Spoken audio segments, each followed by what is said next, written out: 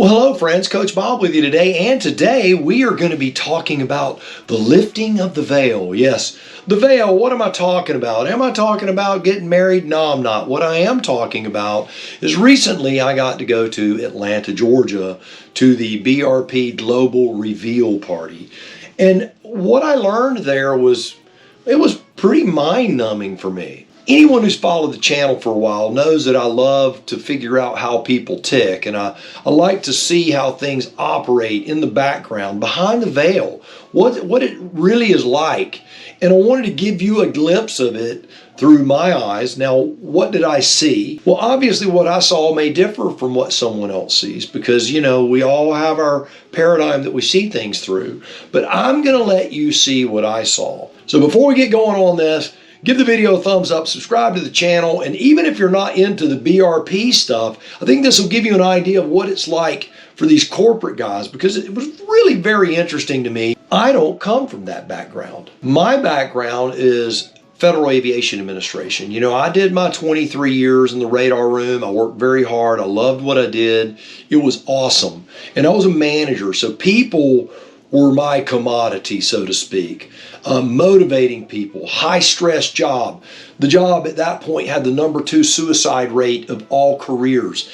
It was a super crazy, stressful job that required a desire from me to lead to where people would be happy and even kiltered and focused, precise in their performance so that they did not run airplanes together so that you would arrive where you're going safely. And that's what I did, and I loved every minute of it. It was a very confrontational job, but that's the paradigm that when I go look at corporate things to see what's going on, that's my paradigm, and that's the only reason I shared that. So let's talk about Bombardier recreational products because this is very, very interesting stuff. All right, so I show up in Atlanta. Of course, I meet the other ambassadors. It's, you know, Sean Smokes, the Van Verths. It is Beth from Ryker Rydes and Keith Hammer from Rolling on 3 and me. That was the group of people that I initially met. We're all kind of the same. You know, we're all ambassadors, so we approach things maybe with subtle differences, but invariably we're all ambassadors. But then we start meeting the BRP folks. One of the things that's very difficult for a corporation to do without making it seem robotic is this: to create a culture where the people that represent your brand are all the same. Now, I don't mean they're robots the same. I'm not talking about that. I'm not talking about this weird cloning thing. Hi, I am Bob. I am from BRP. That's not what I'm talking to. But there is a culture built within a corporation, and the BRP people, coming from a managerial guy, have done a superlative job. Here's what I mean by that. All of them did what they were required to do while doing it with one thing that I would not have considered a requirement, but I believe is a BRP requirement. And I'll get to that one in a second.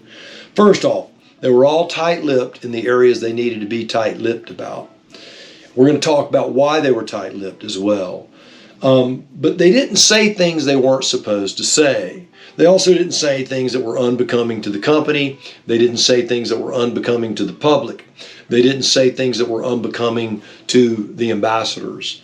So there was that side of it. Not only were they tight-lipped about releasing information that wasn't to be released, but they also had a way of navigating that without being ugly about it. The other thing, they all carried themselves with good posture, good professional appearance. They all wore the same shirt. They all carried themselves the same way. And it was really, really refreshing because they could still have their personality and that persona while still being this corporate entity that was required. Because there's a time where you walk through a door where you're yourself, but you're an ambassador to this company. It was very, very interesting to see how they navigated that. And that is not something that happens by accident. That is a culture within BRP of how they train their people. What that did for me was it told me that all of their people within all of the hierarchy, because there was not a big chasm between the CEO and a brand developer versus a designer versus a liaison between the ambassadors and BRP versus an HR person. I spoke with people that their job was simply making sure that the employees that put the BRP products together, that they don't feel left out through all of these corporate things, that these people are involved and engaged in it to keep them happy, to keep their job satisfaction up there, to keep all of these things. When I look at it, are just, it's exceptional. I've never seen a company quite like it. The other thing that they did, and this was the part that amazed me the most, they all did it with a kindness. So whether it was them telling you no when you're asking a question about a product, or whether it's, I can't release that, I can't do this, I can't do that, it was all done with this kindness. That's very, very rare.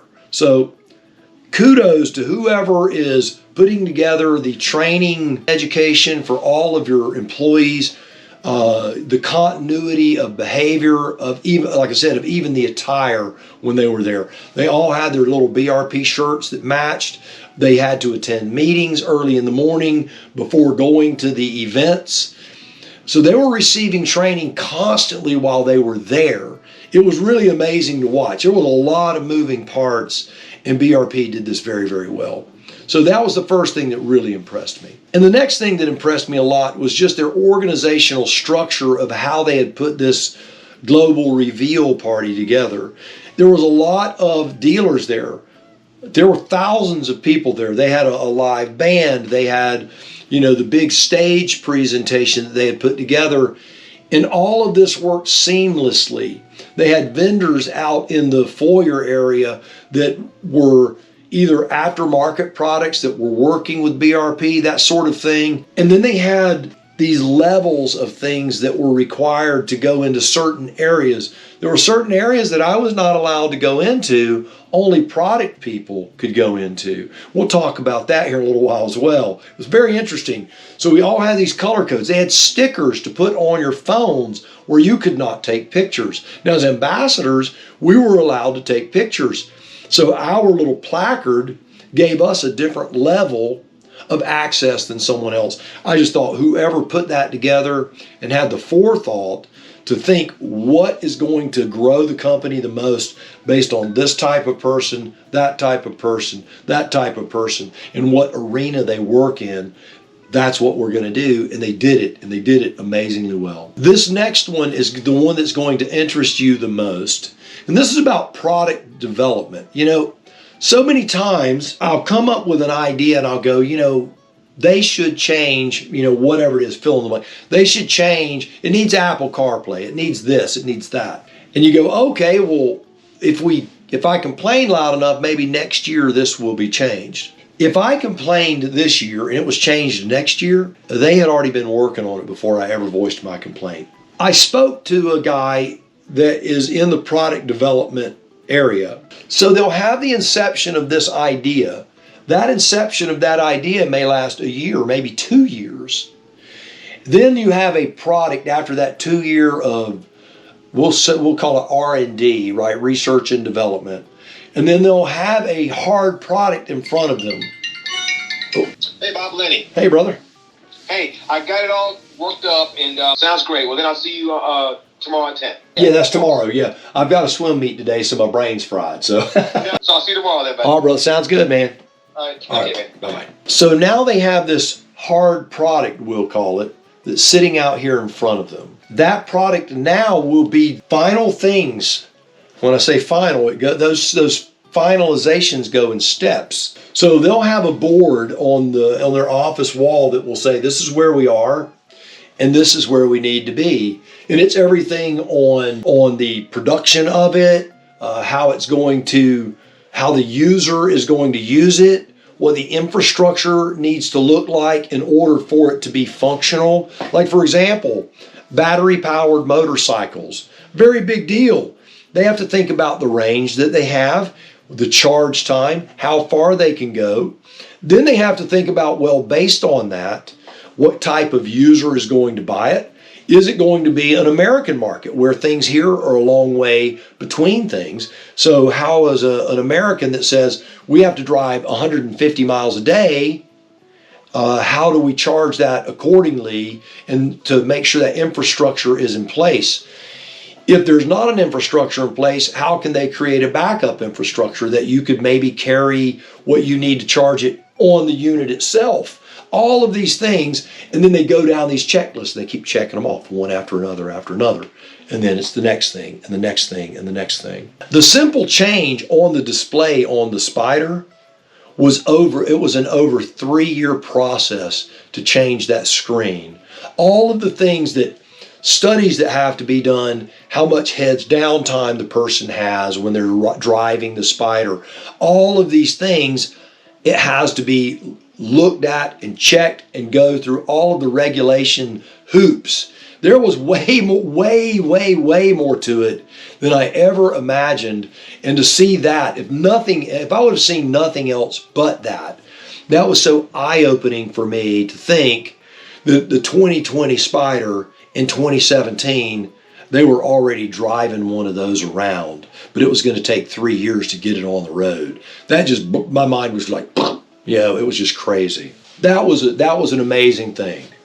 Now, once they get all of this done, you have a group of people, a large group of people that know what the product is. They know what it looks like. They know how it operates. They've done all of this stuff to it. Now, they can't say anything about it. Now, that was the part that's always shrouded in secrecy. I'm like, well, do they have a non-disclosure agreement? Is this just something?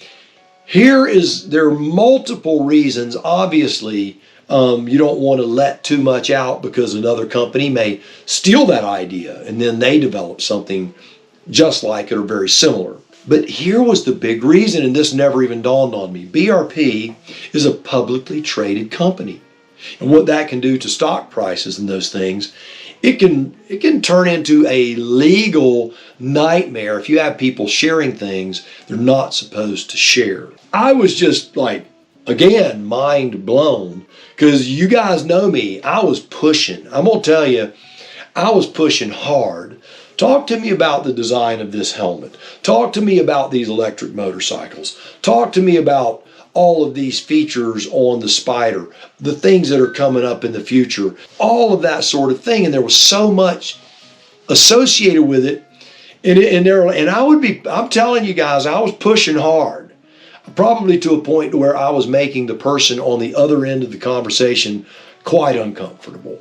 The other thing I tried to do while I was there to see how I would be treated, I tried to kind of flip my placard upside down so they wouldn't know who I was. And I just introduced myself as Bob, start talking to them about products. And oftentimes they would recognize me after about 2 minutes of the conversation. They go, "You're Coach Bob." And I thought that was interesting, which meant they're engaged. They are watching, which means they are listening. So if you're ever frustrated, make sure you comment down below about future changes you want. Just don't expect it to happen in 6 months, because that's not how it works. Which explains why we see cyclical change, though. We'll see the Spyder get a lot of change, and then the Ryker get a lot of change, and then we'll see a year off. And then we'll see the Ryker get a lot of change, and the Spyder get a lot of change, and then we'll see a year off. It starts to make more sense. You see this cyclical development, and you go, man, there's a lot going on behind the veil. So when you sit on that Spyder, you sit on that Ryker, know that a lot of thought went into it. All right, I'm going to share one more thing, and this one blew my mind as well. You have what they call the motorsports industry. Now, motorsports is boats, it's jet skis, it's off-road, side-by-sides, four-wheelers, and it's the on-road stuff. It's the motorsports industry. It's two-wheel motorcycles, three-wheel motorcycles, boats, all that, right? All that combined. All right, you ready for this? Globally, all motorsports vehicles of all kinds, all brought into one giant pot.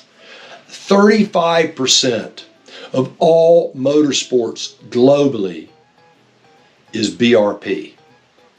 Let that sink in just for a minute. 1 out of every 3 power sports products is made by Bombardier Recreational Products. It is unbelievable how massive BRP is. That I never saw coming. It is billions and billions of dollars. BRP is absolutely enormous.